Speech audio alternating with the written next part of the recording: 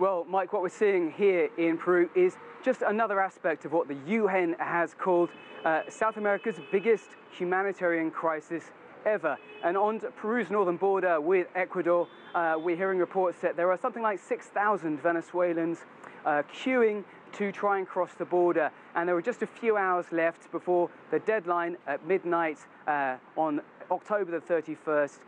It hits that moment, and after which time they won't be able to cross into Peru and be eligible for a PTP, as it's known here, or a temporary residency permit, which has allowed Venezuelan migrants to live, work and study legally in Peru. And it's been a major incentive for Venezuelan migrants coming from Venezuela and, of course, as we know, migrating to countries around the continent. The UN has said that since 2015, some 2 million Venezuelans, or close to 2 million Venezuelans, have left the country.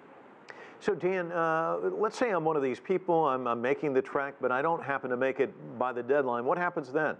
Well, immigration officials here in Peru say that those people will be eligible for a tourist visa, which will last 133 days, which is around 4 to 5 months, after which time, well, officially they would have to move on to another country, perhaps seeking their fortune in Chile or Argentina or somewhere else in the southern cone.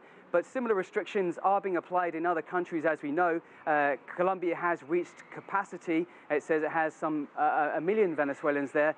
Ecuador says it's not accepting any more Venezuelans, and that's the route which many of these people have passed through to come here to Peru.